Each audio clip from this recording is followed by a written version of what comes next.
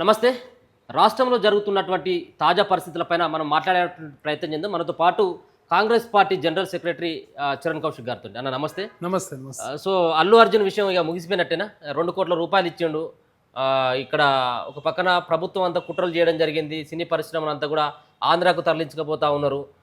అల్లు అర్జున్ విషయంలో ప్రభుత్వం ఒక కుట్రపూరితంగా వ్యవహరించింది అని చెప్పేసి చాలా రకరకాలైనటువంటి ప్రచారం కొనసాగింది. అలా ఓ ఫుల్ స్టాప్ పెట్టేటువంటి ప్రయత్నమే చేసినట్టుగా ఉన్నది. రేపు అల్లు అర్జున్ కూడా కలిసినట్టుగా ఉన్నాడు రేవంత్ రెడ్డి గారిని. సో ఇప్పటివరకు ఏమైనా ఫుల్ స్టాప్ పెడతారా? మొన్న కూడా మీరు కాంగ్రెస్ పార్టీ శ్రేణులందరూ కూడా చాలా ఘాటుగానే మాట్లాడిన ఘాటుగానే మీరు తిప్పికొట్టేటువంటి ప్రయత్నం చేయడం జరిగింది. సో ఎందుకు అల్లు అర్జున్ విషయంలో కాంగ్రెస్ పార్టీ ఆ విధంగా వ్యవహరించింది అనుకోవచ్చు? అంటే పేదల ప్రక్షాళన నిలిచే క్రమంలో అల్లు అర్జున్ గారి విషయంలో BRS party, Bharatiya Janata party రాజకీయం చేసే ప్రయత్నం చేసేది తప్ప కాంగ్రెస్ ప్రభుత్వం, ముఖ్యమంత్రి రేవంత్ రెడ్డి గారు పేదల పక్షపాతిగా చట్టం అనేది అందరికి ఒకే విధంగా ఉంటుందని చెప్పే క్రమంలో అనవసరంగా Bharatiya Janata party, BRS party రాజకీయం చేసింది తప్ప కాంగ్రెస్ ప్రభుత్వం ఎక్కడ రాజకీయం చేయలేదు. అల్లు అర్జున్ గారు ఎవరో కాదు. అల్లు అర్జున్ గారు మామ కాంగ్రెస్ పార్టీలో గతంలో ఆంధ్రప్రదేశ్ కాంగ్రెస్ కమిటీ సెక్రటరీగా చేసిరు. అదే కాకుండా ఇప్పుడు వారు కాంగ్రెస్ పార్టీలో ఉన్నారు. స్నేహారెడ్డి గారు కూడా మాకు సుట్టమవుతారని చెప్పేసి ముఖ్యమంత్రి గారు చాలా స్పష్టంగా ప్రకటించారు. అదే కాకుండా చిరంజీవి గారు కూడా వారు మా కాంగ్రెస్ పార్టీలో ఉన్నారు. వారు గతంలో కేంద్ర మంత్రిగా కూడా పనిచేశారు. కాబట్టి అల్లు అర్జున్ గారి మీద కుట్ర చేయాల్సిన అవసరం కాంగ్రెస్ పార్టీ లేదు. కాకపోతే చట్టాన్ని ఇంప్లిమెంట్ చేసే క్రమంలో అనవసరంగా బీఆర్ఎస్ పార్టీ ఏంటంటే ప్రతిదీ రాజకీయ కోణంలో ట్రోలింగ్ చేసే కార్యక్రమం, అల్లు అర్జున్ గారి కాంగ్రెస్ ప్రభుత్వం వ్యతిరేకంగా ఉండే కార్యక్రమం, తెలుగు చిత్రసీమకు కాంగ్రెస్ ప్రభుత్వం వ్యతిరేకం చేస్తుందని చెప్పేసి ప్రజల్లో ఒక గందరగోళం క్రియేట్ చేసే ప్రయత్నం కేటీఆర్ గారు, హరీష్ రావు గారు చేశారు. కాబట్టి దానిలో భాగంగా ప్రజల్లో కొంత గందరగోళం క్రియేట్ అయినా మాత్రం వాస్తవం. అంటే వాళ్ళు ట్రోల్ చేసింది కాబట్టి అల్లు అర్జున్ పైన ఒక కక్ష సాధింపు ధోరణి అనుకోవచ్చా? ఇప్పుడు ఇక్కడ కక్ష కారుణ్యాలకు తావులేదు. ప్రజాప్రభుత్వంలో మీ పైన వ్యతిరేకంగా ప్రచారం చేసినటువంటి వ్యక్తుల పైన ఏ విధమైనటువంటి చర్యలు తీసుకోలేదు కాంగ్రెస్ పార్టీ? ఇక్కడ ప్రజాప్రభుత్వంలో ప్రజాస్వామ్యం బతుకుండాలని చెప్పి కాంగ్రెస్ ప్రభుత్వం కోరుకుంటా ఉంది. తన మన అనే భేదమే లేదు. ఆ కేసులో 18 మంది ఉంటే 11 విక్టిమ్గా ఉన్నటువంటి అల్లు అర్జున్ గారు కూడా అరెస్ట్ చేసి జైలుకి పోయిన సందర్భం. సంధ్య థియేటర్ యజమాన్యానికైనా అదే శిక్ష, మిగతా అల్లు అర్జున్ గారికైనా పాన్ ఇండియా స్టార్ అయినా ఒకే చట్టం ఉండాలని చెప్పి కాంగ్రెస్ ప్రభుత్వం భావిస్తూ ఉంది. మంచు మోహన్ బాబు అయినా, మంచు విష్ణు అయినా, మంచు మనోజ్ అయినా, అల్లు అర్జున్ అయినా, లేదు నాగార్జున గారికైనా ఒకే చట్టం. భారతదేశంలో అంబేద్కర్ రాజ్యాంగాన్ని ఇంప్లిమెంట్ చేసే ప్రయత్నంలో భాగంగా కేటీఆర్ గారికైనా, లేదు సామాన్య ప్రజలకైనా, మీకైనా నాకైనా ఒకే చట్టం ఉండాలని చెప్పేసి కాంగ్రెస్ ప్రభుత్వం భావిస్తూ ఉంది. కాబట్టి దానిలో భాగంగా రేవంత్ కుటుంబానికి న్యాయం చేసే దానిలో భాగంగా ప్రభుత్వం ఒక పేద వర్గాల పట్ల నిలిచే ప్రయత్నంలో భాగంగా కొన్ని కఠినమైన నిర్ణయాలు తీసుకున్నప్పుడు అనవసరంగా రాజకీయం చేసే ప్రయత్నం కేటీఆర్ గారు చేసే తప్ప కాంగ్రెస్ ప్రభుత్వం ఎక్కడ రాజకీయం చేయలేదు.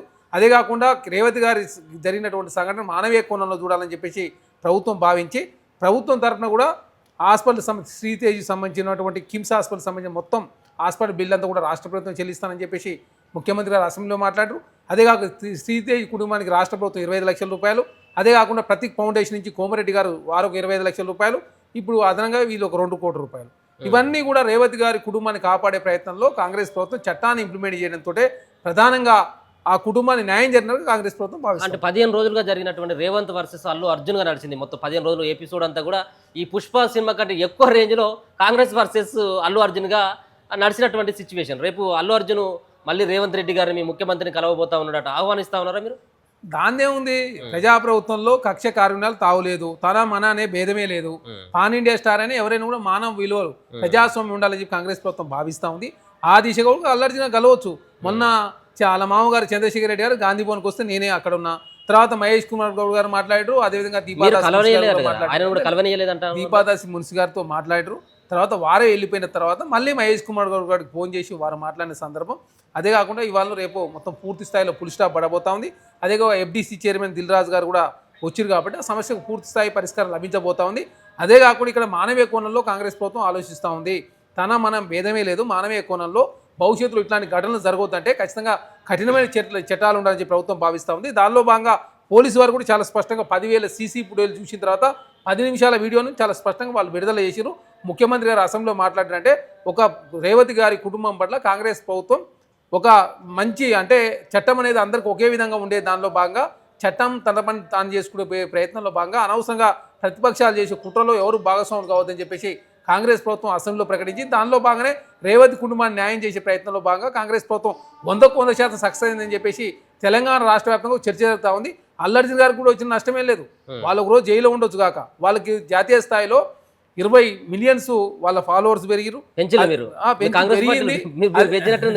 అదే కాకుండా దాదాపు వాళ్ళ సినిమా కూడా 2,000 కోట్లకు టచ్ కాకపోతా ఉంది. కాబట్టి అల్లర్జీ గారికి వచ్చిన నష్టమేం లేదు.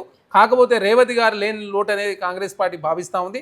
దానిలో భాగంగా శ్రీతేజ్ త్వరలో కోలుకోవాలని, అది కాకుండా భాస్కర్ గారి కుటుంబానికి న్యాయం జరగాలని చెప్పేసి కాంగ్రెస్ ప్రభుత్వం భావించి రేవతి కుటుంబానికి అండగా ఉండే ప్రయత్నంలో భాగంగా కాంగ్రెస్ ప్రభుత్వం ముందుకు పోతే BRS party Bharatiya Janata party మనలో పరామర్శలు కూడా చేయలే. కనీసం భాస్కర్ గారిను శ్రీతేజ్ గారిను పరామర్శించకూడా ఎప్పుడైతే కాంగ్రెస్ ప్రభుత్వం అసెంబ్లీలో చర్చ చేసిన తర్వాత కాంగ్రెస్ పార్టీ ఎప్పుడైతే ఘాటుగా స్పందించిన తర్వాత మాత్రమే కిషన్ రెడ్డి గారు, బండి సంజయ్ గారు వేరు. అంతకుముందు ఏ హీరో పోలేదు, ఏ లీడర్ పోలేదు. పాపం వాస్తవం చెప్పాలి, జగత్ బాబు గారు గతంలో పోయొచ్చని చెప్పేసి వారు తర్వాత ఇష్యూ అయిన తర్వాత వారు రిలీజ్ చేశారు. వారు కూడా హ్యాట్సాప్ చెప్పింది రాష్ట్ర ప్రభుత్వం. అంటే ఇక్కడ తెలంగాణ రాష్ట్రంలో ప్రజాప్రభుత్వంలో మంచిని మంచిగా, చెడుగు చెడుగా, చట్టాన్ని చట్టంగా చూసే ప్రయత్నంలో భాగంగా కాంగ్రెస్ ప్రభుత్వం ముందుకు పోతా ఉంది. రేవంత్ రెడ్డి గారు ఒక సాహసోపేత నిర్ణయం తీసుకుందని చెప్పేసి తెలంగాణ సమాజం కూడా డిస్కస్ చేస్తుంటే చూసి ఊరలేక కేటీఆర్ గారు చేసిన కుట్రలో భాగంగా అల్లర్జీ గారు బలైనట్టుగా చాలా స్పష్టంగా అంటే మీ పార్టీ నాయకుడికి సంబంధించినటువంటి అల్లుడైనటువంటి ఎవరైనా కానీ చట్టం ముందు అందరూ సమానులే, ఇదే కదా కాంగ్రెస్ పార్టీ నినాదం అంతా కూడా. మరి అట్లాంటప్పుడు రేవంత్ రెడ్డి సోదరుని యొక్క పేరు రాసి చనిపోయినటువంటి ఎవరైతే మాజీ సర్పంచ్ ఉన్నాడో ఆ విషయంలో ఎందుకు చర్యలు తీసుకోలేకపోతున్నారు? అంటే మీరే చెప్తా ఉన్నారు, ఇప్పుడు అందరు కూడా చట్టం సమానమే, రేవంత్ రెడ్డి గారు ప్రజా పరిపాలనలో ఆ విధమైనటువంటి న్యాయం దక్కినప్పుడు అక్కడ ఎందుకు తీసుకోలేకపోతా ఉన్నారు? ఇప్పుడు ఆ విషయంలో సాయిరెడ్డి గారు చనిపోయింది కొండారెడ్డిపల్లిలో. సాయిరెడ్డి గారు రేవంత్ రెడ్డి గారి కుటుంబం పేరు రాసి చనిపోయారని చెప్పేసి పెద్ద ఎత్తున ప్రాపగండా సోషల్ మీడియా వేదిక చేశారు. పోలీసు వాళ్ళు ఆల్రెడీ ఇంట్రాగేషన్ చేసిన తర్వాత వాళ్ళ ప్రమేయం లేదని చెప్పేసి తెలిసిన తర్వాత మాత్రం సూసైడ్ లెటరే ఉన్న తర్వాత వాళ్ళ కుటుంబం, సాయిరెడ్డి గారి కుటుంబము అనవసరంగా బీఆర్ఎస్ పార్టీ అక్కడ కూడా రాజకీయం చేసే ప్రయత్నం చేస్తూ ఉంది. వారికి మాకు ఎలాంటి తగాదలు అనవసరంగా బీఆర్ఎస్ పార్టీ ఏంటంటే ఎక్కడ ఏం జరిగినా కూడా రేవంత్ రెడ్డి గారి కుటుంబాన్ని తీసుకొచ్చే ప్రయత్నం. ఎందుకంటే గ్రీన్ ఫార్మా విషయంలో రేవంత్ రెడ్డి గారు అల్లుని తీసుకొచ్చారు, రేవంత్ రెడ్డి గారు అన్నం తీసుకొచ్చారు. ఇంకేదైనా కొండారెడ్డిపల్లి ఏదైనా జరిగితే వాళ్ళ తమ్ములు తీసుకొచ్చే ప్రయత్నం బీఆర్ఎస్ పార్టీ చేస్తాం తప్ప తెలంగాణ రాష్ట్రంలో ముఖ్యమంత్రి గారు చాలా స్పష్టంగా అసెంబ్లీ సాక్షిగా ప్రకటించాడు, ఈ ఇష్యూలో మా తమ్ముడున్న కూడా వదిలిపెట్టే ప్రసక్తి లేదని చెప్పేసి అసెంబ్లీలో అక్బరుద్దీన్ ఓవైసీ గారు మాట్లాడిన తర్వాత కాంగ్రెస్ ముఖ్యమంత్రి చాలా స్పష్టంగా సమాధానం ఇచ్చిండు. దాన్ని భారతీయ జనతా పార్టీ ఏం చేసింది, బండి సంజయ్ గారు అక్బరుద్దీన్ ఓవైసీ అడిగితే ముఖ్యమంత్రి గారు స్పందిస్తారా అని చెప్పేసి హిందూ ముస్లిం కోణం తీసుకొచ్చే ప్రయత్నం. బీఆర్ఎస్ పార్టీ ఏం చేసింది, అల్లర్జున్ గారి విషయంలో ఆంధ్ర తెలంగాణ అని ఒక సెంటిమెంటు, దీనిలో అస్తిత్వం అని, ప్రజాస్వామ్యం అని, సినిమా రంగం ఆంధ్రకు తరలిపోతుందని, అదేవిధంగా ఆనాడు మద్రాసు నుంచి తెలంగాణ రాష్ట్రాన్ని తెచ్చింది ఎవరు? ఆనాడు ఏమన్నా కేసీఆర్ గారు తీసుకొచ్చిందా? కాంగ్రెస్ ప్రభుత్వాలు.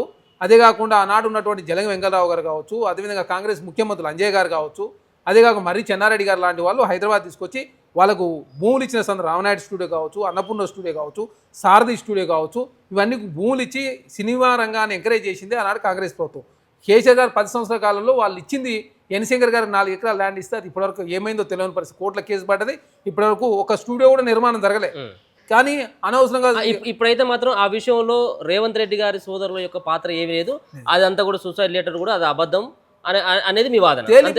తేలిపోయింది. అదే మా రేవంత్ రెడ్డి గారి కుటుంబంలో ఎవరన్నా సాయిరెడ్డి గారి మరణాలు ఉంటే బీఆర్ఎస్ పార్టీ ఊకునే వల్ల వాళ్ళు కోర్టు పోయేటోళ్ళు, సోషల్ మీడియా కాంగ్రెస్ ప్రభుత్వాన్ని బదనా చేసేటోళ్ళు, వాళ్ళ ప్రమేయం లేకుండా కూడా ప్రమేయం తీసుకొచ్చే ప్రయత్నం ప్రతిసారి ఏంటంటే బీఆర్ఎస్ పార్టీ వాళ్ళ కుటుంబం గురించి వస్తుంది కాబట్టి రేవంత్ రెడ్డి గారి కుటుంబాన్ని తీసుకొచ్చి జనాల్లో ఒక తప్పుడు వాతావరణం క్రియేట్ చేసే ప్రయత్నంలో భాగంగా వారు ప్రతిదాన్ని రాజకీయం చేసే ప్రయత్నం, హైదరాబాద్ రాజకీయం చేసిరు, మూసి పునర్జీవనంలో రాజకీయం చేసిరు, గ్రీన్ ఫార్మా విషయంలో రాజకీయం చేసిరు, అల్లర్జున్ గారి విషయంలో రాజకీయం చేసిరు, అదేవిధంగా జాబుల విషయంలో రాజకీయం చేసి ప్రతిదీ కూడా రాజకీయం చేసి నిరుద్యోగులు రెచ్చగొట్టే ప్రయత్నం, రైతులు రెచ్చగొట్టే ప్రయత్నం, లగచర్ల రైతులను లంబాడీలో ఉండ్రు ఎస్టీల మీద రాజకీయం చేసే ప్రయత్నం. బీఆర్ఎస్ పార్టీ ఏంటంటే కట్టుకథలు అల్లే క్రమంలో 30 యూట్యూబ్ ఛానల్ ఏర్పాటు చేసుకొని నెలకు 6 కోట్ల రూపాయలు యూట్యూబ్ ఛానల్ మీద ఖర్చు పెడుతూ, 2 కోట్ల రూపాయలు నమస్తే తెలంగాణ టీ న్యూస్ ఖర్చు పెడుతూ, 2 కోట్ల రూపాయలు పార్టీ ఖర్చు పెడుతూ, నెలకు వాళ్ళకు 10 కోట్ల రూపాయలు ఆ పార్టీలో అకౌంట్లో 1446 కోట్ల రూపాయల అకౌంట్లు ఉన్నాయి కాబట్టి 7% ఇంట్రెస్ట్ అంటే 100 కోట్ల రూపాయలు సంవత్సరానికి వస్తుంది కాబట్టి నెలకు 10 కోట్ల రూపాయలు ఖర్చు పెడుతూ ప్రజాప్రభుత్వాన్ని బదనాం చేసే ప్రయత్నంలో భాగంగా కేటీఆర్ గారు పన్నిన నాటకంలో తెలంగాణ సమాజాన్ని తప్పుదారి పట్టించే ప్రయత్నం బీఆర్ఎస్ పార్టీ చేస్తూ ఉంది. ప్రజాప్రభుత్వంలో తన మన అనే భేదమే లేదు. ఎక్కడ కూడా మీడియా మీద ఆంక్షలు చూసిరు కదా. అల్లర్జున్ గారి విషయంలో చట్టం తన పని దాన్ని చేసుకుంటూ పోయింది. అదేవిధంగా కోర్టు బెయిలిస్తే ఇమీడియట్లీ అవసరం అనుకునే ప్రభుత్వం వారి మీద కక్షపూరితంగా వ్యవహరించి ఉంటే మళ్ళీ రిట్ పిటిషనో లేకపోతే ఇంకేమన్నా ఇబ్బంది పెట్టే ప్రయత్నం చేసింది. కానీ ఎక్కడ కూడా అల్లర్జున్ గారు గురువారం రోజు పోలీసు వాళ్ళు ఫోన్ చేస్తే నేను బాంబేలో ఉన్నాయి చెప్తే కూడా శుక్రవారం రోజు అరెస్ట్ చేసిన సందర్భం, శుక్రవారం అరెస్ట్ చేస్తే శనివారం ఆదివారం సెలవు కాబట్టి అరెస్ట్ చేసిందని అంటే ప్రజాప్రభుత్వాన్ని బదనాం చేసే ప్రయత్నంలో భాగంగా బీఆర్ఎస్ పార్టీ కేటీఆర్ గారు చేసిన నాటకంలో అనవసరంగా అల్లర్జున్ గారు బలైనగా చాలా స్పష్టంగా కనపడుతుంది. ఇప్పుడు ఫార్ములా ఈ రేసు నేను మీకు అంటే ఇదే అంశం ఒక 15-20 రోజుల క్రితం మీతో డిస్కషన్ చేసినట్టుంది. రేపు మాపు అని చెప్పేసి ఇప్పుడు ఆల్రెడీ మీరు ఇదే కార్ రేస్కు సంబంధించి 6 నెలల కానీ ఇదే విషయం చెప్తా ఉన్నారు. దాంట్లో ఈడీ కూడా ఎంటర్ అయింది. మొన్న ఏసీబీ సంబంధించినటువంటి దర్యాప్తు కూడా ముమ్మరం చేయడం జరిగింది. అనిపిస్తా ఉందా, నమ్మకం ఉందా ఇప్పుడు కాంగ్రెస్ పార్టీ లేలే ఇప్పుడు ఆ విషయంలో ఆయన కేటీఆర్ ఖచ్చితంగా అవకతవకలు పాల్పడ్డాడు అన్నటువంటి సమాచారం కనీసం ప్రభుత్వం దగ్గర ఏమైనా ఉన్నదా? కేవలం నామమాత్రంగా కక్ష సాధింపు ధోరణిలోనే ఎవరినో ఒకరిని అరెస్ట్ చేయాలి కాబట్టి కల్వకుంట్ల కుటుంబంలో ఆ దిశగా ఏమన్నా కాంగ్రెస్ పార్టీ ఇక్కడ ప్రయత్నం చేస్తా ఉందా? తెలంగాణ ప్రజాప్రభుత్వంలో కుట్రలకు తావులేదు. వాళ్ళు మేము కాంగ్రెస్ ప్రభుత్వం కుట్రలు చేస్తే కాంగ్రెస్ ప్రభుత్వమే కోర్టుకు పోయారు. ఇప్పుడు ఏం చేసిరు, ఏసీబీ మీద కోర్టుకు పోతే ఏం చెప్పింది, 29వ తారీఖు వరకు అరెస్ట్ చేయొద్దు, కానీ ఏసీబీ విచారణ జరుపుకోవచ్చు. అదే కాకుండా అరెస్ట్ మాత్రం చేయొద్దు అనేది ఆ కేసును కొట్టేయలేదు, మూసేయలేదు. ఇక్కడ ఏసీబీ ఎందుకు వస్తుంది, నేను కరప్షన్ చేసిన అని చెప్పేసి కేటీఆర్ గారు మాట్లాడుతున్నాను. ఏసీబీ అనేది రాష్ట్రంలో ప్రభుత్వం నుంచి ఎవరైతే శాలరీ రూపంలో కావచ్చు, లేకపోతే ఏదైనా పరిహారం రూపంలో నెల తీసుకున్న ఏ వ్యక్తి అయినా కూడా, ప్రభుత్వ ఉద్యోగైనా ప్రజాప్రతినిధి అయినా కూడా ఖచ్చితంగా ఏసీబీ పరిధిలోకి వస్తుంది అనేది చాలా స్పష్టం, చట్టంలో ఉన్నది చాలా స్పష్టంగా. అదే కాకుండా అలా 8 రకాల సెక్షన్లు పెట్టిరు. ఒక సెక్షన్ ప్రకారం 4 నుంచి 7 సంవత్సరాలు, ఇంకో సెక్షన్ ప్రకారం 7 సంవత్సరాలు, ఇంకో సెక్షన్ కింద యావజ్జీవ కారాగార శిక్ష పడే అవకాశం ఉంది. అదే కాకుండా ఇక్కడ చట్టము ఏమైంది, ఉల్లంఘన జరిగింది. వాళ్ళు ఫస్ట్ 23 కోట్ల రూపాయలు ఇచ్చినప్పుడేమో ఎలక్షన్ కోడ్ అమలు రాలేదు. 10 కోట్ల రూపాయలు మించి హెచ్ఎండి ఇచ్చేటప్పుడు రాష్ట్ర ప్రభుత్వం అనుమతి తీసుకోవాలి, న్యాయశాఖ అనుమతి తీసుకోవాలి. అదే కాకుండా 10 కోట్ల లోపైన కూడా హెచ్ఎండి బోర్డు అనుమతి తీసుకోవాలి. ఇక్కడ బోర్డు అనుమతి లేదు, న్యాయశాఖ అనుమతి లేదు, ఆర్థిక శాఖ అనుమతి లేదు.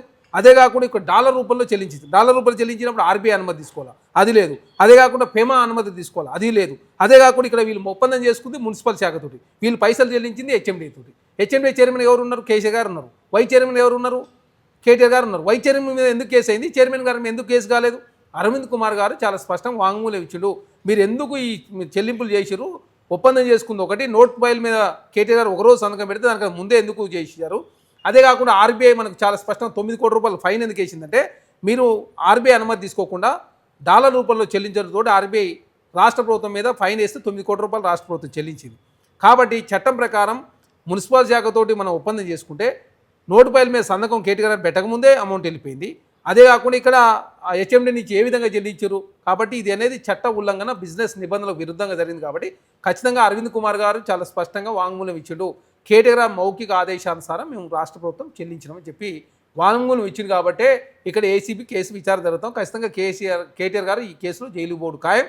ఖచ్చితంగా కేటీఆర్ గారు జైలు పోకుండా ఎవరు అడ్డుకోలేరు. ఎందుకంటే చట్టం తన బాని చేసుకునే క్రమంలో రాష్ట్ర ప్రభుత్వానికి 55 కోట్ల రూపాయలు నష్టం చేసిండు. ₹1 అయినా 55 కోట్ల రూపాయలైనా నష్టమే. ఈ అకౌంట్ల నుంచి పోయిన అమౌంట్ మరి అక్కడి నుంచి ఇంకా వేరే మార్గాల ద్వారా ఇంకేమన్నా వేరే దిక్కులో ఏమైనా పోయింది అనేది కూడా అందుకే దాని విషయంలో ఈడీ విచారణ జరుగుతూ ఉంది. ఈడీ అనేది పంజరంలో చిలకలాగా ఎప్పుడంటే అప్పుడు బయటకు వస్తే, ఎప్పుడంటే అప్పుడు లోపల పంపించే కార్యక్రమంలో భారతీయ జనతా పార్టీ కేంద్రంలో అధికారంలో ఉండాలి, ఏంటంటే తెలంగాణ రాష్ట్రంలో మేము కూడా ఏదో చేసినామని అనిపించుకునే ప్రయత్నంలో భాగంగా ఈడీ విచారణ కూడా జరుగుతూ ఉంది. కాబట్టి ఖచ్చితంగా ప్రజాప్రభుత్వంలో కేటీఆర్ గారు చేసిన తప్పుల విషయంలో ఏసీబీ విచారణ జరుగుతూ ఉంది, కార్ రేసింగ్ వ్యవహారంలో. అదేగా గొర్రెల స్కామ్లో ఆల్రెడీ ఏసీబీ విచారణ జరిగింది, ఈడీ కూడా వచ్చిపోయింది. అదే కాకుండా కాళేశ్వరంలో కమిషన్ విచారణ జరుగుతుంది. 2 నెలల కాలం ఇంకా ఎక్స్టెండ్ చేసిన సందర్భం ఇంకా 6 నెలలు అయితే ఇప్పటికి 2-3 సార్లు యాదాద్రి భద్రాద్రిలో కమిషన్ విచారణ జరుగుతూ ఉంది. అదే కాకుండా ఫోన్ ట్యాపింగ్ వ్యవహారంలో సిట్ విచారణ జరుగుతూ ఉంది, కార్ రేసింగ్ వ్యవహారంలో ఏసీ విచారణ జరుగుతుంది, గొర్రెల స్కామ్లో ఏసీ విచారణ జరుగుతూ ఉంది. కాబట్టి చట్టం తన పని దాన్ని చేసుకునే ప్రయత్నంలో భాగంగా ఖచ్చితంగా ప్రజాప్రభుత్వంలో తన మన అనే భేదమే లేదు. అనవసరంగా రాజకీయ కక్ష కార్యక్రమాలతో ఎవరిని కూడా అరెస్ట్ చేసే ఉద్దేశం కాంగ్రెస్ ప్రభుత్వం లేదు. కాబట్టి చట్టం ప్రకారం మాత్రం చర్యలు తీసుకుంటుంటే దాని విషయంలో నేను ఏకంగా కోర్టు పోయి క్వాష్ చేస్తే క్వాష్ చేయకుండా 29 వరకు టైం ఇచ్చారు. 29 తర్వాత ఖచ్చితంగా ఏసీ వారు ఆల్రెడీ విచారణ చేస్తా ఉన్నారు. ఖచ్చితంగా ఆ కేసులో ఎవరుంటే వాళ్ళు జైలు పోడు ఖాయం. ఇప్పుడు రైతులకు సంబంధించిన విషయంలో మాట్లాడుకోవాల్సినటువంటి అవసరం, మీరు ఇప్పటి వరకు రైతులకు చేసింది ఇది చేసిన పూర్తి స్థాయిలో అని చెప్పడానికి ఏమైనా ఉందా? ఒక పక్కన ఇప్పటికే రైతు బంధు ఆల్రెడీ అంటే రైతు భరోసా పేరు మీద ఇస్తామని చెప్పినటువంటి ఆ పైసలు ఇప్పటి వరకు ఒక దఫా ఎగ్గొట్టిల్లు. ఇప్పుడు సంక్రాంతి తర్వాత అంటే మరి ఉగాది వస్తుందా మళ్ళీ దసరా వస్తుందో తెలియదు. అట్లాంటి పరిస్థితి మీరు ఎప్పుడో ఒక డేట్ అనేది స్పష్టంగా చెప్పినటువంటి పరిస్థితి. రైతు రుణమాఫీ విషయంలో చాలామందికి ఇంకా కాలేదన్నటువంటి అభిప్రాయాలు కూడా వ్యక్తం అవుతున్నటువంటి ఆ సందర్భం. అలాగే సన్న వడ్లకు సంబంధించినటువంటి దాన్ని మీరే చెప్తా ఉన్నారు, 1,50,00,000 టన్నులు వరి ధాన్యం పండింది అని చెప్పేసి చెప్పడం జరుగుతూ ఉంది. మీరు కొన్నదేమో కేవలం 47 లక్షల టన్నులకు సంబంధించినటువంటి ధాన్యం మాత్రమే సేకరించడం జరిగింది, వాళ్ళకు బోనస్ ఇవ్వడం జరిగిందని చెప్పేసి ప్రతి ఒక్క అంటే రైతులు పండించినటువంటి సన్న వడ్లకి ఖచ్చితంగా బోనస్ చెల్లిస్తామని చెప్పేసి మీరు మేనిఫెస్టోలో పెట్టడం జరిగింది. కేవలం 450 కోట్ల రూపాయలకు సంబంధించినటువంటి బోనస్ పైసలు మాత్రమే మీరు ఇవ్వడం జరిగింది. ఎందుకోసం అంటే 1,50,00,000 టన్నులు పడినప్పుడు కేవలం 45 సంబంధించినటువంటి 45 నుంచి 50 లక్షల టన్నులు మాత్రమే ఎందుకు సేకరించడం జరిగింది? ఇప్పటివరకు ఆ ప్రభుత్వం ఎందుకు రైతుల దగ్గర పూర్తి స్థాయిలో కొనలేకపోయింది? ఇక్కడ ప్రధానంగా అర్థం చేసుకోవాల్సిన అవసరం ఏంటంటే, రైతులకు సంబంధించి రాష్ట్ర ప్రభుత్వం సన్న వడ్లకు 500 రూపాయలు ఇస్తూ ఉంది. అసలు రేటు 500 రూపాయలు, రెండు కలిపితే 3,000 రూపాయలు అవుతుంది. 3,000 ప్రైవేట్ వ్యక్తులు వచ్చి డైరెక్ట్గా కల్లాల కాడికి వచ్చే 3,000 రూపాయలు రాష్ట్ర ప్రభుత్వం ఎంత ఇస్తుందో అన్ని పైసలు మేము ఇచ్చేస్తాం, మీరు ఇంకా కల్లాలకు కూడా తరలించాల్సిన అవసరం లేదని చెప్పేసి వాళ్ళే తీసుకుపోతున్నప్పుడు ప్రైవేట్ వ్యక్తులకు ఇస్తా ఉన్నారు వాళ్ళు. దాంతో రైతులకు నష్టం లేదు. 12,000 రూపాయలు ఎకరానికి 40,000 పుట్లు పంతది. 40,000 అంటే ఖచ్చితంగా ఎకరానికి 12,000 రూపాయలు రైతులకు మేలు జరిగింది. రాష్ట్ర ప్రభుత్వం 500 రూపాయలు బోనస్ ఇస్తానని ప్రకటించడంతో ప్రైవేట్ వ్యక్తులు అదే రేటుకి మీరు కల్లాల నుంచి డైరెక్ట్ తీసుకుపోతామని చెప్పడంతో రైతులకు వాళ్ళకు సౌకర్యార్థం వాళ్ళ అక్కడనే అమ్ముకోవడంతో ప్రధానంగా రాష్ట్ర ప్రభుత్వం మీద ఇంకా అదనం భారం పడలేదు. అదనం భారం పడ్డా కూడా రాష్ట్ర ప్రభుత్వం కొనడానికి సిద్ధంగా ఉండే. అదే కాకుండా గతంలో 10 సంవత్సరాల కాలంలో వాళ్ళు చేసిన రుణమాఫీ 27,000 కోట్ల రూపాయలు బీఆర్ఎస్ ప్రభుత్వం. అందులో 9,000 కోట్ల రూపాయలు ఓన్లీ వడ్డీకే పోయినాయి. అవి చేస్తే మొత్తం వాళ్ళు చేసింది 22,000 కోట్ల రూపాయలే. మేము సంవత్సర కాలంలో మేము చేసింది 21,000 కోట్ల రూపాయలు రుణమాఫీ. అదే కాకుండా వాళ్ళు గతంలో రైతు బంధు పేరు మీద 25,000 చేసింది. అంటే మిగతా వాళ్ళ పరిస్థితి ఏంటిదని రాష్ట్ర ప్రభుత్వం ఏ రైతు కూడా నష్టమయ్యే పనులు కాంగ్రెస్ ప్రభుత్వం చేయదు. ఇక్కడ అనవసరంగా ఏంటంటే ప్రజా ప్రభుత్వం బదనాం చేసే ప్రయత్నం వారు చేస్తాం. 100% అయిపోయింది. 100% అనేది ఎట్లయితుంది? 100% కాదు కదా. ఇక్కడ ఒక కుటుంబానికి 2 లక్షల రూపాయలు. మీరు నేను నాకు సపోజ్ నాకు 2 లక్షలు ఉంది, మీకు 1,00,000 ఉంది అనుకో, నాది అయింది, మీది పెండింగ్ ఉంటుంది కదా. చాలా మంది కూడా ఒకరు కూడా కాలేదు ఉన్నటువంటి వాళ్ళకి ప్రాబ్లమ్స్ కొన్ని ఎన్ని రోజులు ఉంటుంది ఇంకా టెక్నికల్ ప్రాబ్లం? ఆల్మోస్ట్ ఇప్పుడు సంవత్సరం దాటిపోయింది మీరు ప్రభుత్వంలో వచ్చి, ఇంకా టెక్నికల్ ప్రాబ్లమ్ 6 నెలలు గడుస్తా ఉంది. టెక్నికల్ ప్రాబ్లమ్స్ ఎన్ని రోజులు ఉంటుంది? ఇక్కడ టెక్నికల్ ప్రాబ్లమ్స్ కొన్ని ఉన్నాయి. ధరల్లో కొన్ని ప్రాబ్లమ్స్ తోటి వాళ్ళకు కూడా కొంత రిఫ్లెక్ట్ కాని పరిస్థితి కనపడతా ఉంది. కాబట్టి ఖచ్చితంగా ప్రజాప్రభుత్వంలో ఎవరికి కూడా నష్టమయ్యే పనులు కాంగ్రెస్ ప్రభుత్వం చేయదు.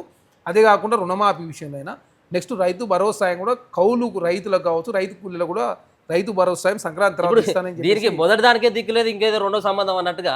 ఇప్పుడు రైతు ఎకరాకు సంబంధించిన రైతు భూమి లేనటువంటి రైతులకు పైసలు ఇస్తామని చెప్పేసి ఈ రెండో అంశం ఉన్నటువంటి రైతులకు ఇవ్వాలి కదా. భూమి ఉన్నటువంటి రైతులకి మీరు ఒప్పుకున్నది 7,500 రూపాయలు ఇస్తాము సీజన్ అని చెప్పి, దీనికే లేదు. మీరు భూమి లేనటువంటి రైతులకు ఎట్లా? రైతు భరోసా సాయము 7,500 రూపాయలు రాష్ట్ర ప్రభుత్వం ఇవ్వబోతా ఉంది. కాకపోతే గతంలో 25,000 కోట్ల రూపాయలు 2018 నుంచి 2023 వరకు గుట్టలకి, ఔటర్ రింగ్ రోడ్ పోయిన ల్యాండ్లకి, రోడ్లలో పోయిన ల్యాండ్లకు, చెరువు శిఖంలకు, అదేవిధంగా ఇవన్నిటి కూడా మిస్యూజ్ అయినాయి. కాబట్టి అట్లాంటి పరిస్థితి లేకుండా వ్యవసాయం చేసే ప్రతి రైతుకి ఇవ్వాలని ప్రభుత్వం భావించి దాని మీద ధైర్యాన్ని కావచ్చు, అదే రైతు కమిషన్ లాగా ఒక కమిషన్ ఏర్పాటు చేసి ఆల్రెడీ రైతుకు సంబంధించి మినిస్టర్ ఆధ్వర్యంలో సబ్ కమిటీ ఏర్పాటు చేసినారు. రిపోర్ట్ వచ్చింది. సంక్రాంతి తర్వాత ఎకరానికి 7,500 రూపాయలు ఇస్తూ ఉన్నారు. వాటితో పాటు భూమి లేనటువంటి వ్యక్తులకు కూడా రైతు కూలీలకు 7,500 రూపాయలు, అంటే సంవత్సరానికి 12,000 రూపాయలు, 6 నెలలకు ఒకసారి 6 ఇదే సంక్రాంతి తర్వాత సేమ్ ఒకేసారి. అది కూడా ఎన్ఆర్జిఎస్ పని ఆహార పథకం కింద ఎవరైతే భూమి లేని వాళ్ళు పనిచేస్తారు కాబట్టి వాళ్ళకు కూడా ఇది న్యాయం చేయాలని చెప్పి ప్రభుత్వం భూమి లేని రైతులను కాపాడుకోవాలి కదా మనం. అంటే వాళ్ళకి ఇవ్వడం కరెక్టే, మేము కాదనట్లేదు, కానీ ఉపాధి హామీతో లింక్ ఎందుకు అంటే భూమి లేని వాళ్ళే ఎన్ఆర్జిఎస్ పనికి పోతారు కాబట్టి వాళ్ళు ఏదో ఒక ప్రాతిపదిక గుర్తించాలి కదా వాళ్ళ భూమి లేదనే విషయాన్ని. ఇప్పుడు భూమి లేనటువంటి వాళ్ళు ఎవరైతే ఉంటారో వాళ్ళు సిటీకి వచ్చి బతకొచ్చు కదా. వాళ్ళు హైదరాబాద్ లేకపోతే కూలీలకు మాత్రమే మిగతా సంబంధించినటువంటి ఎక్కడికైనా బతుకు తెరువు కోసం వచ్చినటువంటి వాళ్ళు కూడా ఉంటారు కదా. అంటే కేవలం ఒక 10 రోజుల పాటు పని చేసుకుని పోదాం, మళ్ళీ ఇంటి దగ్గర ఉందాం అన్నటువంటి వాళ్ళు కూడా ఊర్లలో పని దొరకక చాలా మంది ఉంటా అంటారు. కాబట్టి వాళ్ళు ఒక 10 రోజుల పాటు సంబంధించిన సిటీకి దగ్గర ఉన్నటువంటి వాళ్ళు సిటీకి వచ్చి పని చేసుకుని పోతారు. వాళ్ళని మీరు ఎట్లా గుర్తిస్తారు? వాళ్ళు ఇక్కడ రాష్ట్ర ప్రభుత్వం మేము మేనిఫెస్టోలో పెట్టింది రైతు కూలీలకు, వ్యవసాయానికి కూలీలుగా పనిచేసే వాళ్ళకు రైతు అంటే జాబ్ కార్డు తోటి మీరు లింక్ పెట్టడం వల్ల జాబ్ కార్డు లేనటువంటి కుటుంబాలు చాలా ఉన్నాయి. కరెక్టే, కొత్తగా యాడ్ చేస్తారు. అదేం లేదు. ఇప్పుడు అది ఇంకా 6 నెలలు. ఇప్పుడు వైట్ రేషన్ కార్డు కూడా రాష్ట్ర ప్రభుత్వం సంక్రాంతి వైట్ రేషన్ కార్డులు వస్తూ ఉన్నాయి. వైట్ రేషన్ కార్డు లింకుగా ఆరోగ్యశ్రీ కార్డు లింకు లేకుండా చేసే కార్యక్రమం జరుగుతూ ఉంది.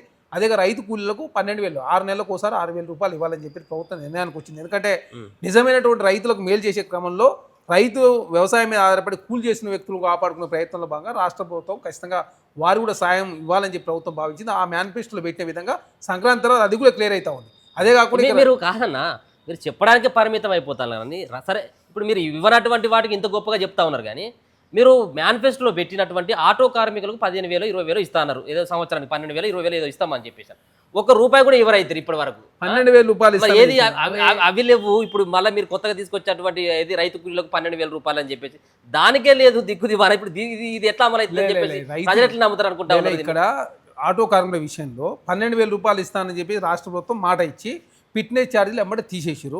5 లక్షల వరకు వాళ్ళకి ఇన్సూరెన్స్ ఇస్తాం. ఈ 2 ఇంప్లిమెంట్ అయినాయి, ఇదొకటి ఇంప్లిమెంట్ కాదు. జరగదు. ఈ ఫిట్నెస్ అయిపోయింది. అదేగా 5 లక్షల రూపాయలు వాళ్ళకి ఇన్సూరెన్స్ ఇచ్చారు. ఇదొక్కటి 12,000 రూపాయలు సంబంధించి దాన్ని కూడా చేస్తానని చెప్పేసి ముఖ్యమంత్రి గారు మాట ఇచ్చింది. కాబట్టి ఒక్కొక్కటి చేసుకునే ముందుకు పోయే ప్రయత్నం రైతులకు ఫస్ట్ ప్రయారిటీలో రైతులకు మేలు చేసే ప్రయత్నంలో భాగంగా రైతు భరోసా 7,500 రూపాయలు ఇస్తూ వాళ్ళకి 500 రూపాయలు బోనస్ ఇచ్చారు. గతంలో 40 రోజుల పైసలు ఇస్తే 3 రోజుల పైసలు గతంలో 7 నుంచి 10 కిలోలు తరగలేకుండా ఇక్కడ ధరణి ప్లేస్లో భూమాత తీసుకొచ్చి రైతులకు నష్టమే పనులు ఎక్కడ కూడా చేయొద్దు, అదే ఆర్ఓఆర్ చట్టం కావచ్చు, భూముల విషయంలో రక్షణ కల్పించాలని చెప్పి ప్రభుత్వం భావించి ఆ దిశగా కొంత లేట్ అయినప్పుడు మీరు కూడా మీరు మీరు పకడ్బందీగా చేసే మీరు ప్రయత్నం. అన్ని సంబంధించినటువంటి వర్గాలకి సంవత్సరం సంబంధించిన రావాల్సినటువంటి బకాయిలన్నీ కూడా మీరు బకాయి ఉన్నారు. ఇప్పుడు ఏది వాళ్ళకి రావాల్సినటువంటి ఆటో కార్మికులు 12,000 చొప్పున ఇప్పటి వరకు మీరు బాకే ఉన్నారు. రైతు సంబంధించినటువంటి ఏదైతే రైతు భరోసా సంబంధించినటువంటి ఎకరానికి 15,000 రూపాయలు అవి బాకే ఉన్నారు. రుణమాఫీ విషయంలో బాకే ఉన్నారు. మీరు ఇప్పటి వరకు తీసుకొచ్చినటువంటి అన్ని పథకాలలో కోతలు తప్పించి ఏది మాటల కోతలు తప్పించి మీరు ఇచ్చినటువంటి పరిస్థితి అయితే ఎక్కడ కూడా కనబడట్లేదు. మనం ఒకసారి లీస్ట్ చూసుకున్నప్పుడు కేవలం మీరు ముందస్తుగా చెప్తారు మీరు రానున్నటువంటి రోజులలో మీకు ఇవి ఇస్తాం అవి ఇస్తామని చెప్పి ఇప్పుడు సంవత్సర కాలం అయిపోతా ఉంది. మాకు 5 సంవత్సరాల కాలం టైం ఇచ్చిన దాంట్లో ఆటో కార్మికులు 100 రోజులే పెట్టిన మేనిఫెస్టో 100 రోజుల్లో చేస్తామని చెప్పలేదు. 100 రోజులు కాదు, అది ఆటో కార్మికుల సమయం మధ్యలో ఇచ్చినటువంటి, ఎందుకంటే ఉచిత బస్సు ప్రయాణం పెట్టిన తర్వాత వాళ్ళకి ఇబ్బంది అయింది కాబట్టి వాళ్ళని కాపాడుకునే ప్రయత్నంలో భాగంగా ఆల్రెడీ యాదగిరిగుట్టలో గతంలో ఆటోలు పైకి పోయేది లేకుండే, ప్రభుత్వం వచ్చిన తర్వాత వాళ్ళ సమస్యను అక్కడ పరిష్కరించారు. కొన్ని ముందుగాలు పరిష్కరించే కొంత లేట్ అవుతా ఉంది. కాకపోతే రైతుల విషయంలో ఖచ్చితంగా రైతు భరోసా సాయం చేస్తారని చెప్పి ప్రభుత్వం మాట ఇచ్చింది. దానికి సబ్ కమిటీ మంత్రి మండలి సబ్ కమిటీ ఏర్పాటు చేయలేదు, కొంత లేట్ అయిన మాట వాస్తవం. ఖచ్చితంగా వాళ్ళకి రైతు భరోసా సాయం సంక్రాంతి తర్వాత ఇవ్వబోతా ఉన్నారు. రైతు కూలీలకు కూడా రైతు భరోసా సాయం కూడా ఇవ్వబోతా ఉంది రాష్ట్ర ప్రభుత్వం. ఆల్రెడీ సన్నవడ్లకు 500 రూపాయలు ఇస్తా ఉన్నారు. వరి సాగులోనే దేశంలో నెంబర్ 1గా తెలంగాణ ఉంది కాబట్టి ఖచ్చితంగా రైతులకు సంబంధించిన ప్రతి హామీ నెరవేర్చే ప్రయత్నంలో ముందుకు పోతారు. నిరుద్యోగులకు సంబంధించి ఆల్రెడీ జాబ్ క్యాలెండర్ ప్రకటించి 55,000 ఉద్యోగాలు ఇచ్చి మిగతా భవిష్యత్తులో కూడా ఉద్యోగాలు ఇచ్చే ప్రయత్నం జరుగుతాం. కాబట్టి ఏం పెట్టిన ఇప్పుడు మీరు జాబ్ క్యాలెండర్లో పెట్టినటువంటి దాని ప్రకారం ఉద్యోగాలు ఇక్కడ అక్టోబర్లో కావాల్సినటువంటి ఎగ్జామ్స్ అవి లేవు కదా. మీరు ఇప్పుడు వాళ్ళే కదా గ్రూప్ 3 గ్రూప్ 4 పోస్ట్ పోన్ చేయండి, పోస్ట్ పోన్ చేస్తే వాళ్ళు అడిగిన వాళ్ళే టెట్టు పెట్టండి, వాళ్ళు అడిగినవన్నీ మీరు చేశారు. వాళ్ళు డిఎస్సి అంటే డిఎస్సి పెట్టింది అన్ని అరే ప్రతిదీ సమస్య పరిష్కరించే ప్రయత్నంలో భాగంగా ప్రభుత్వం ముందుకు పోతా ఉంది.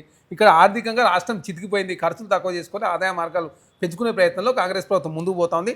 కేంద్రం నుంచి 2014 నుంచి 2023 వరకు కేసీఆర్ గారు తెచ్చింది 80,000 కోట్లు మాత్రమే. రాష్ట్ర ప్రభుత్వం 1 ఇయర్లను 30,000 కోట్ల రూపాయలు తీసుకొచ్చినాం. బ్లాక్ గ్రాంట్ కావచ్చు, కేంద్రం నుంచి మనకు రావాల్సిన నిధుల విషయం ఎక్కడ తాత్సారం చేయకూడదు, వాళ్ళకి కావాల్సిన రిపోర్ట్లు కావచ్చు, డిపిఆర్ కావచ్చు సబ్మిట్ చేసి. మొన్న మీ ముఖ్యమంత్రి ఇక్కడికి దావోస్కి వెళ్ళినట్టుగా ఉంది, ఏది పెట్టుబడుల కోసం ఎన్ని తీసుకున్నారు? 2 లక్షల కోట్ల రూపాయలు పెట్టుబడులు వచ్చినా 2 లక్షల కోట్ల రూపాయాలు రష్యా కావచ్చు అన్ని పర్యటనలో 2 లక్షల కోట్ల రూపాయలు పెట్టుబడులు వచ్చినాయి. 2 లక్షల కోట్లను ఎంబడే స్టార్ట్ చేస్తారు. ఒప్పందాలు జరుగుతాయి. ఒప్పందాలు జరిగిన తర్వాత ఒక్కొక్కటి వాళ్ళకి ల్యాండ్స్ ఇవ్వాలా, వాళ్ళ పర్మిషన్లు ఉంటాయి, రకరకాలు ఉంటాయి. వాళ్ళు ఒక్కొక్కటి ఫస్ట్ ప్రయారిటీ ఒకటేనే వచ్చింది. ముందు స్టార్ట్ అయినాయి కదా, పొంగకలాలు స్టార్ట్ అయింది. ఇంకా అంటే మిగతా ఒక్కొక్కటి చేసుకునే ప్రయత్నంలో భాగంగా ప్రభుత్వం ముందుకు పోతా ఉంది. ఓకే, ఇవన్నీ త్వరలో అయిపోతాయి అంటారు. అంటే ఇప్పుడు ఆల్రెడీ సంవత్సర కాలం అయిపోతా ఉన్నది కాబట్టి జనాల నుంచి వచ్చేటువంటి ప్రశ్నలు ఇవన్నీ. అంటే ఇచ్చినటువంటి హామీలను 100 రోజులలో నెరవేర్స్తామన్నటువంటి హామీలు సైతం కూడా సంవత్సరం అయిపోయినప్పుడు కూడా ఒక హామీలు నెరవేర్చట్లేదు అన్నటువంటి అభిప్రాయం కూడా వ్యక్తం అవుతా ఉన్నది. ఇదే సందర్భంలో బీఆర్ఎస్ పార్టీ మీద ఉన్నటువంటి ఏదైతే వ్యతిరేకంగా ప్రచారం చేసినటువంటి ఆ వర్గాల సైతం నుంచి కూడా ఇప్పుడు కాంగ్రెస్ పార్టీని నిలదీసేటువంటి పరిస్థితికి ఈ రోజు కాంగ్రెస్ పార్టీ వస్తూ ఉంది. మీరు ఇచ్చినటువంటి హామీలు ఏంది, మీరు చెప్పినటువంటి మాటలు ఏంది, చేతులకు వచ్చిన తర్వాత శూన్యంగా కనపడతా ఉన్నటువంటి అభిప్రాయం కూడా వ్యక్తం అవుతుంది. దీన్ని ఎట్లా చూస్తుంది కాంగ్రెస్ పార్టీ? కాంగ్రెస్ ప్రభుత్వంలో గతంలో కేసీఆర్ గారు ఏది చేయకున్నా కూడా కనీసం అడిగే దిక్కు లేడు, కలిసే పరిస్థితి లేదు. ముఖ్యమంత్రి గారు కలుస్తూ ఉన్నారు, మంత్రులు కలుస్తూ ఉన్నారు. ప్రజాప్రభుత్వంలో మేము చేయలేని పనులు ఏ విధంగా చేయలేకపోతా ఉన్నా దానికి ఉన్న సమస్యలు ఏందని కూడా ప్రభుత్వం చాలా స్పష్టంగా వివరిస్తూ ఉంది. 1,500 కోట్ల రూపాయల సర్పంచ్ల సంబంధించిన నిధులు గతంలో కేసీఆర్ గారు బాకీలు పెట్టిపోయింది. 40,000 కోట్ల రూపాయల కాంట్రాక్టర్లకు ఇవ్వకుండా కూడా రాష్ట్రంలో ఒక్కొక్కటి తీసే కార్యక్రమంలో నిన్న బట్టి విక్రమార్క గారు చాలా స్పష్టంగా కూర్చొని మేము వచ్చిన తర్వాత 500 కోట్ల రూపాయలు సర్పంచ్లకు ఇచ్చినాం, ఇంకా 1,500 కోట్ల రూపాయలు ఇవ్వాలి, 1,500 కోట్ల రూపాయలు ఇంకా 900 కోట్ల రూపాయలు ఇవ్వాలి, అది కూడా 10 లక్షల లోపు ఉన్నటువంటి కూడా పరిష్కరిస్తామని చెప్పేసి నిన్న ముఖ్యమంత్రి గారు ప్రకటించారు కదా. వాళ్ళు ధర్నాలు చేసుకునే అవకాశం కూడా రాష్ట్ర ప్రభుత్వం కల్పించింది. అసెంబ్లీ జరుగుతున్న కూడా సర్పంచ్ ధర్నా చేసిన పరిస్థితి గతంలో నిర్బంధాలు కొనసాగినాయి కదా. కాకపోతే సమస్యలు పరిష్కరించే ప్రయత్నంలో భాగంగా ఖర్చులు తక్కువ చేసుకుని ఆదాయ మార్గాలు పెంచుకుంటూ, అదే కాకుండా ఈ సర్పంచ్ సంబంధించిన సమస్యలు పరిష్కరించడం, రైతు భరోసా, రైతు కూలీలు, అదే కాకుండా ఇవన్నీ కూడా ఒక్కొక్కటి పరిష్కరించుకు ముందుకు పోయే ప్రయత్నంలో భాగంగా ప్రతి ఇచ్చిన హామీ నెరవేర్చాలని చెప్పి ప్రభుత్వం భావిస్తాం. దానిలో భాగంగానే ఇప్పటివరకు 160 హామీలు నెరవేర్చినాం. 160 హామీలు ఒకటి 2 కాదు, ఇంకెన్ని ఉన్నాయి? ఇంకా 412 ఉంటే 160. మేము వచ్చి 1 year అవుతా ఉంది. మాకు 5 సంవత్సరాల కాలం పాటు టైం ఉన్నది. కొన్ని మేము అన్నట్టు 100 రోజులు చేస్తానని చెప్పిన మాట వాస్తవమే. దానిలో భాగంగా రైతు భరోసా ఉంది. కాకపోతే 25,000 కోట్ల రూపాయలు మిస్యూజ్ అయినాయి కాబట్టి అవన్నీ కూడా అట్లాంటి వ్యక్తులకు నిజంగానే రైతు భరోసా ఇస్తే నష్టం జరుగుతుంది కాబట్టి నిజమైన రైతులకు నిజమైన కూలీలకు మేలు చేసే ప్రయత్నంలో భాగంగా కొంత లేట్ అయిన మాట వాస్తవం. దాని రాష్ట్ర ప్రభుత్వం ఆల్రెడీ అసెంబ్లీ సాక్షి కూడా ఒప్పుకున్నారు కాబట్టి ఖచ్చితంగా సంక్రాంతి తర్వాత రైతు భరోసా ఇవ్వబోతా ఉన్నారు. ధరణి స్థానంలో భూమాతను తీసుకొచ్చి మొత్తం రైతులకు సంబంధించిన భూములు రక్షించే ప్రయత్నంలో భాగంగా భూ ఆధారం కూడా తీసుకొస్తా ఉన్నారు. ఆర్ఓ చట్టం వచ్చింది, విఆర్ఓ వ్యవస్థ వచ్చింది, ఎంఆర్ఓ వచ్చింది, ఆర్డీఓ జిల్లా స్థాయిలో ట్రిబ్యునల్స్ రాబోతా ఉన్నాయి. అదేకాక రాష్ట్ర ప్రభుత్వమే న్యాయ సహాయం చేయబోతా ఉంది. ప్రతిదాన్ని సీసీఎల్ఏ మీద ఆధారపడకుండా వికేంద్రీకర వ్యవస్థ దానిలో భాగంగా ముందుకు పోతా ఉంది ప్రజా. ఇప్పుడు హైడ్రాని మీరు ఎంత ప్రతిష్టాత్మకంగా తీసుకొచ్చిందో ఏది అది ఎక్కడ కూడా దాని దూకుడు కానీ అదంతా కూడా కనపడట్లేదు. ఎక్కడ ఉన్నటువంటి జేసీబీలు అవన్నీ మరి నా పంచర్లు ఇట్లా అయినాయా, లేకపోతే చక్రాలు ఊసిపోయినాయా, లేకపోతే వెనక్కి తగ్గిందా, ఏమైనా ఒప్పందం కుదిరిందా ఏంటి అన్నటువంటి ప్రశ్నలు కూడా లేవనెత్తుతా ఉన్నాయి. మేమేమంటా ఉన్నాం, పేదలకు సంబంధించినటువంటి ఇల్లు కూలగొట్టమనేది కాదు, కానీ మీరు చెప్పినటువంటి అంశం ఏదైతే ఇల్లీగల్గా కట్టుకున్నటువంటి బఫర్ జోన్ కావచ్చు, ఎఫ్టీఎల్ పరిధిలో ఉన్నటువంటి వాటిని మీరు ఎందుకు ఇప్పటివరకు ఒక పక్కన ముందుగానేమో భయభ్రాంతులకు గురి చేసిండ్రు, దాని తర్వాత ఇంకేమో జరగ ఉండొచ్చు, రేవంత్ రెడ్డి గారికి ఏమైనా ఇంకా మూటలు ఏమైనా ముట్టాయా, సూట్ కేసులు ఇట్లా ఏమైనా చేరినాయి అన్నటువంటి అభిప్రాయాలు కూడా వ్యక్తం అవుతా ఉన్నాయి. దీనికి ఎంత సమాధానం చెప్తారు? ప్రజాప్రభుత్వంలో ప్రజల నుంచి వచ్చిన స్పందన ఆధారంగా ప్రజలకు నష్టమయ్యే పనులు చేయొద్దని చెప్పేసి హైడ్రా విషయంలో ప్రభుత్వం కొన్ని సూచనలు చేసింది.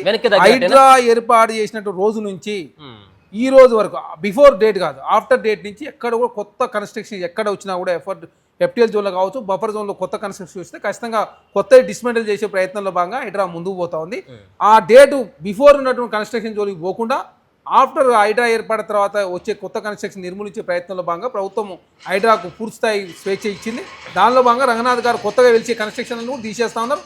అదే కాకుండా ఆ బిఫోర్ డేటుకు ఉన్నటువంటి కమర్షియల్ యాక్టివిటీస్ ఏదైతే ఉంటాయో, ఏది ఎఫ్టీఎల్ కావచ్చు, బఫర్ జోన్లో కమర్షియల్ యాక్టివిటీస్ ఉండే ప్రైవేట్ స్ట్రక్చర్స్ ఏదైనా ఉంటే అవి కూడా డిస్మెంటల్ చేసే ప్రయత్నం చేస్తారు. ఎందుకు ముందుగానే మీరు డిసిజన్ తీసుకోవచ్చు కదా, ఆ నిర్ణయాన్ని ఎందుకు ముందుగా తీసుకోలేదు? ఒక పక్కన చాలా మంది కూడా ఇల్లు కోల్పోయి ఇప్పుడు వాళ్ళు బ్యాంకులలో రుణాలు తీసుకుని రావడం జరిగింది, లోన్లు పెట్టుకోవడం జరిగింది. ముందుగా మీరు ఆ దిశగా ప్రయత్నాలు చేసినట్టయితే ఇప్పటి నుండి బఫర్ జోన్లో కానీ ఎఫ్టీఎల్లో కానీ కట్టుకుంటే మాత్రం కూల్ చేస్తామన్నటువంటి మీరు ఎందుకు చెప్పలేకపోయారు? ఇప్పుడు కొన్ని కూల్ చేసి ఇప్పుడు కొన్నిటి కూల్చిపోవడం వల్ల ప్రభుత్వానికి చెడ్డ పేరే కదా. ప్రజల నుంచి వచ్చే స్పందన, ఎందుకంటే ఏ విషయం కూడా మనం లోతుగా దిగినప్పుడు మాత్రం వాస్తవ విషయాలన్నీ బయటకు వస్తాం. బయటకు వస్తున్నప్పుడు రివ్యూ చేసుకొని ప్రజలకు అనుకూలంగా మనం నిర్ణయాలు తీసుకోవాలి తప్ప ప్రజలకు వ్యతిరేకంగా నిర్ణయాలు తీసుకోలేం కదా. కాబట్టి ఒకసారి దిగిన తర్వాత ప్రజల నుంచి వచ్చే స్పందన ఆధారంగా ప్రతిపక్షాల సలహా సూచనల మేరకు ప్రజాప్రభుత్వంలో ఏ వర్గాలకు నష్టమయ్యే పనులు మనం చేయొద్దు కాబట్టి పేద వర్గాలకు సంబంధించిన ఇండ్లు ఏదైనా బఫర్ జోన్ ఎఫ్టీఎల్ ఉన్నా కూడా ఆ డేటు ఆఫ్టర్ డేట్ ఉన్నటువంటి వాటిని డిస్మెంటల్ చేయాలా.